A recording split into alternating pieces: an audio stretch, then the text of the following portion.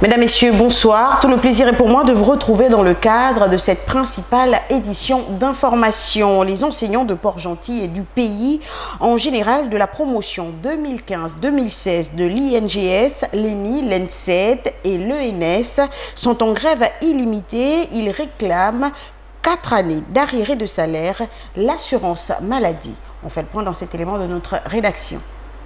Nous sommes là depuis 5 semaines exactement au niveau de Port-Gentil, mais depuis 1 mois et demi, sinon un peu plus, au niveau national.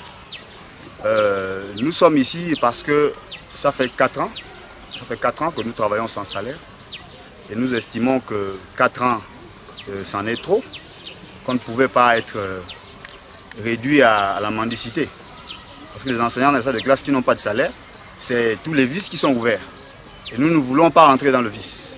Nous sommes les enseignants et quand on enseigne parce que c'est notre profession. Le travail mérite le salaire. Donc travail égale salaire. Nous nous disons qu'on ne peut pas continuer à travailler si on n'a pas de salaire. Nous espérons qu'ils vont réellement se pencher sur notre situation. Parce que nous ne comptons pas nous démobiliser. Nous n'allons pas démordre. Alors là, pas du tout. Nous sommes entrés en grève et nous avons dit no money, no school. Donc s'il n'y a pas d'argent, il n'y a pas école. Et nous restons sur cette position. Donc au gouvernement de faire sa part de job. Nous avons fait la nôtre depuis 4 ans. Bon, la direction provinciale académique nous a reçus je crois à notre 2e semaine ou à la 1re semaine de notre mobilisation au niveau du piquet de Port-Gentil. Et ils nous ont fait part de ce qu'ils étaient en contact avec la direction centrale des ressources humaines au niveau du ministère à Libreville. Et qu'ils étaient penchés sur notre dossier, que le dossier était, le travail se faisait au niveau du ministère.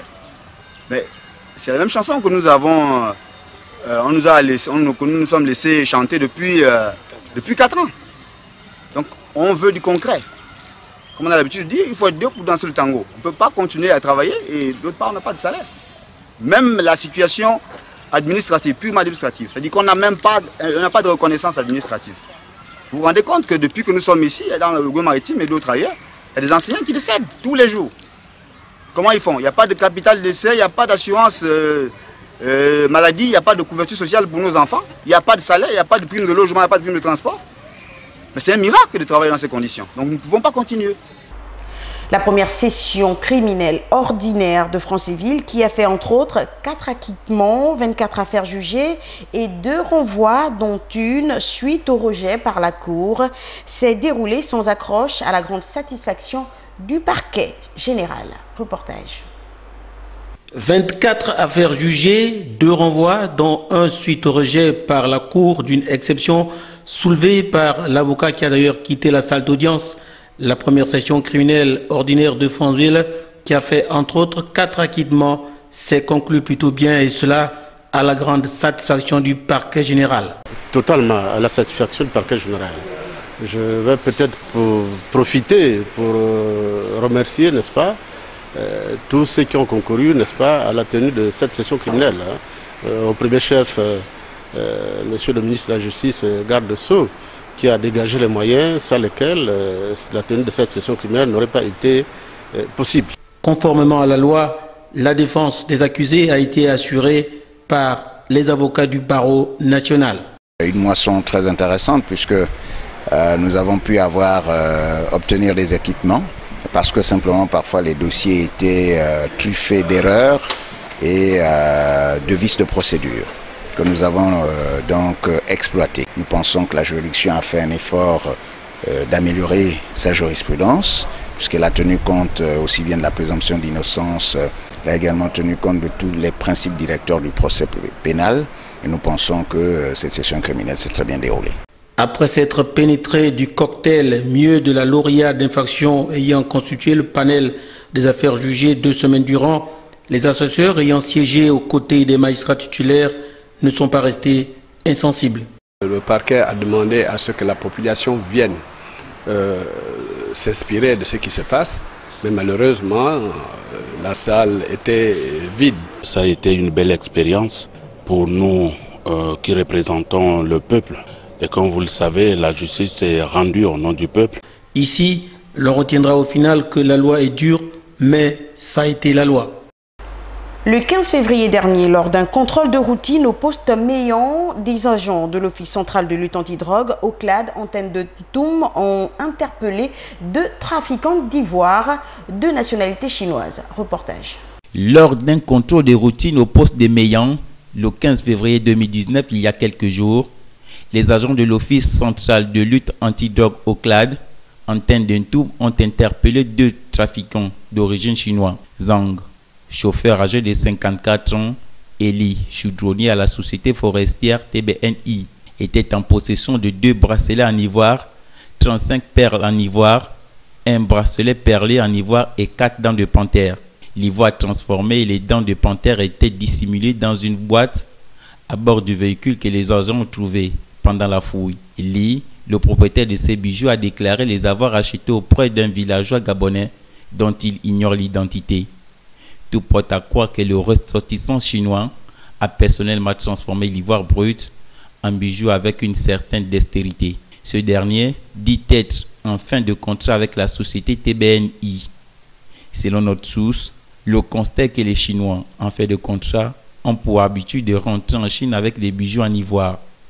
Cette pratique prouve qu'ils ont des outils nécessaires pour la transformation de l'ivoire brut. Zhang, lui par contre, a servi de chauffeur pour acheminer l'ivoire travaillé.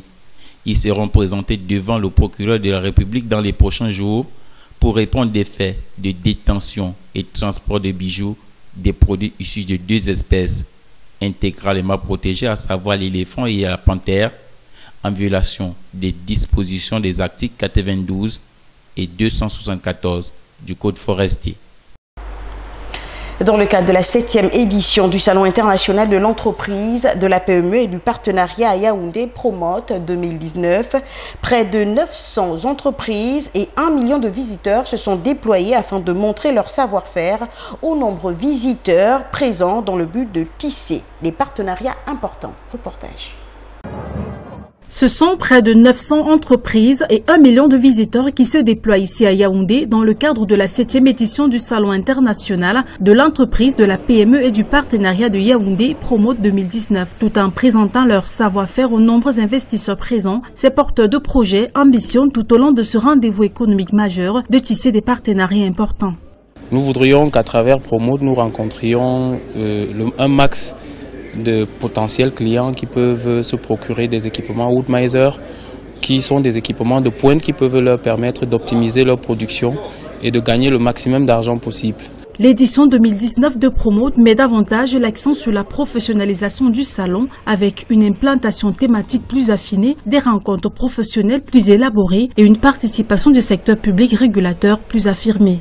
Il n'y a que des innovations, comme on dit, et je pense que ça vaut la peine de venir les découvrir car les entreprises ont toujours des nouveautés, des nouveaux produits, des nouvelles formules, des nouveaux services et ils font ça aussi pour gagner leur image. Donc que les visiteurs viennent nombreux voir ce qu'est leur économie et aussi l'Afrique centrale et aussi tous les pays qui sont représentés. Vous avez entendu la liste, il y a une trentaine de pays qui sont là. Le salon de l'entreprise Promote, qui connaît la participation de plusieurs délégations étrangères, ambitionne de devenir un salon international de l'investissement au cœur du continent africain. Au Bénin, les investisseurs étrangers ne se verront imposer désormais qu'une taxe de 5% sur leurs dividendes contre celle de 10% autrefois en vigueur. Selon le directeur général des impôts, Nicolas Yenossi, cette mesure vise à encourager des investisseurs étrangers à investir davantage dans des entreprises locales. Reportage. Désormais, les investisseurs étrangers au Bénin ne se verront imposer sur leurs dividendes qu'une taxe de 5% contre 10% autrefois en vigueur. Selon le directeur général des impôts Nicolas Yenoussi, cette mesure qui entrera en vigueur cette année vise à encourager les investisseurs étrangers à investir dans les entreprises locales. Cette mesure paraît pour nous ni plus ni moins comme une mesure d'évasion fiscale en République du Bénin. l'autorité qui a pris donc cette disposition est sous la coupole d'une autre autorité qui est et demeure toujours opérateur économique. Le directeur général des impôts précise que le taux d'imposition pourrait être encore plus avantageux en cas d'existence d'un accord de double imposition entre le pays d'un investisseur et le Bénin. Défiscaliser à la longue ou réduire de moitié la fiscalité au niveau donc des grosses entreprises paraît pour nous une mesure inopportune aujourd'hui en République du Bénin, car au même moment, les entreprises également qui exercent dans l'informel sont pénalisées. Les personnes physiques également sont pénalisées en République du Bénin parce qu'il y a une forte pression fiscale aujourd'hui que l'État exerce sur ces messieurs-là. À noter que ces mesures interviennent dans le cadre d'une restructuration globale de l'économie nationale. Déjà, en fin janvier, le ministre de l'Économie et des Finances avait publié une décision portant suppression de la déclaration d'existence des entreprises nouvellement créées au centre des impôts. En moyenne, 9 morts et 300 blessés, c'est le nombre d'accidentés par jour au Maroc, un chiffre qui diminue depuis l'instauration en 2006 de la journée nationale de la sécurité routière, qui est devenue un événement incontournable au vu du nombre de victimes qui y passent. Au Maroc, chaque année, 3500 personnes perdent la vie sur les routes et 100 000 autres sont blessées, ce qui correspond à une moyenne de 9 morts et 320 blessés par jour. Depuis l'instauration en 2006 de la Journée nationale de la sécurité routière, le nombre de victimes de la route diminue, mais le constat reste alarmant. Cette journée est devenue un événement incontournable en matière de sécurité routière. Ce rendez-vous annuel est devenu une occasion de faire un bilan de ce qui a été réalisé annuellement, mais également d'identifier les écueils qui étaient derrière la non-réalisation ou le déploiement de certains projets. Cette journée est l'occasion de faire connaître, impliquer et de donner un rayonnement autant que possible à cette cause nationale auprès de toutes les couches de la société marocaine. L'une des origines les plus fréquentes des accidents de la circulation reste l'excès de vitesse. Selon la présidence du ministère public, il est difficile de faire respecter les limitations de vitesse au Maroc. Pour le ministère, les excès de vitesse représentent un véritable fléau.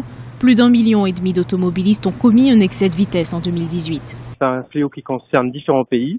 Il s'avère que particulièrement ce phénomène s'est fortement dégradé, la situation est fortement dégradée au Maroc, et malgré des mesures qui ont été prises par le gouvernement. Premièrement, je pense qu'il faut tout d'abord renforcer le dispositif punitif. Deuxième action, il y a un chantier d'amélioration des routes. Donc ce sont des mesures aujourd'hui qui doivent être menées de manière assez urgente par le gouvernement et renforcer l'action de prévention de la sécurité routière. Le gouvernement compte accélérer la mise en œuvre de la stratégie nationale de la sécurité routière 2017-2026. Il compte mobiliser les différents acteurs publics sur la prévention, la sensibilisation et la dissuasion. L'objectif, démontrer les impacts négatifs du non-respect du code de la route en termes de victimes humaines, mais aussi sur l'économie nationale. Parlons de sport. Revenons au Gabon, cette fois-ci, 31 buts à 24. C'est le score qui a mis un terme à la rencontre qui opposait Stade Mondji Handball à Petro au plateau de handball en face du stade Pierre-Claver d'Ivungui. On revient sur ce match dans cet élément de notre rédaction. À l'occasion de la 16e édition du tournoi de handball dénommé Nicolas Sélé, l'association sportive Stade Mondji, section handball, a affronté Petro ce 19 février 2019 au plateau de handball Pierre-Claver d'Ivungui. À l'entame de la première partie, Petro semblait être animé de détermination en ouvrant le score.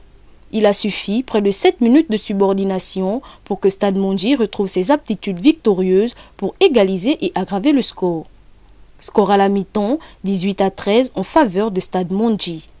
La seconde période s'annonçait de plus en plus difficile pour l'écurie Stade Mondji, car Petro multipliait des actions offensives pour réduire la marque, mais hélas, la défense adverse ne se laissait pas intimider. Une posture qui lui a valu 2 cartons rouges. Je suis satisfait, sauf que déçu par l'arbitrage, parce que le règlement me fait pénaliser 2 joueurs, alors que j'ai une rencontre importante demain pour l'éventualité finale, demi-finale je veux dire. Mais heureusement que nous sommes qualifiés, mais après on verra le reste après.